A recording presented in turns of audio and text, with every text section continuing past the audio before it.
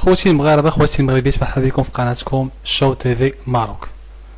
اليوم بزاف ديال الحوايج اللي سمعناهم من عند وزير امزازي، منها مفهوم التعاقد عفوا اللي ما بقاش.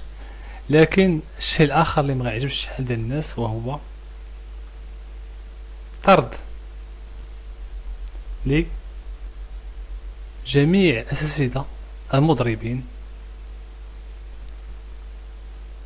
خليكم مع هذا التسجيل الصوتي باش تعرفوا بالضبط اشنو كاين.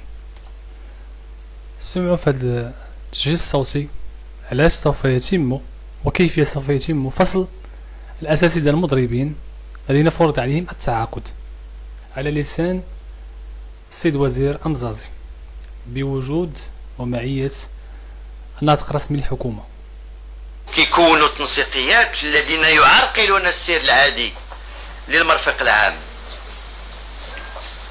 ويمسون بحق التلاميذ في التندرس واللي كيضروا بالمصلحة العامة. هادو سيتم الشروع في العزل ديالهم. هذا قرار ديال الحكومة.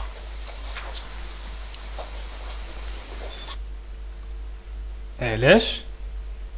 وهذا العزل ديالهم سيتم من طرف مديرين الاكاديميات، لان هما اللي وظفوهم، هما اللي غيعزلوهم.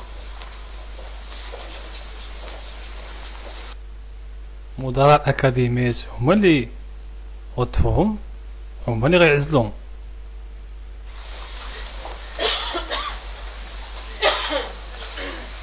بغيت ايضا كاين واحد العدد ديال الامور كتروج، غنقولها بعجاله.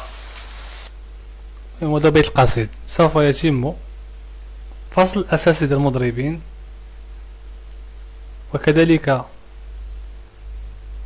طردهم من الوظيفة، كان تعاقد أو غير تعاقد سوف يتم فصلهم.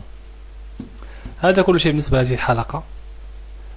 أتمنى تلقى إعجابكم، ولا تبخلوا علينا بدعمنا بالضغط على زر اشتراك، تفعيل الجرس، ولايك إذا أعجبك الفيديو. شكرا لك وإلى اللقاء.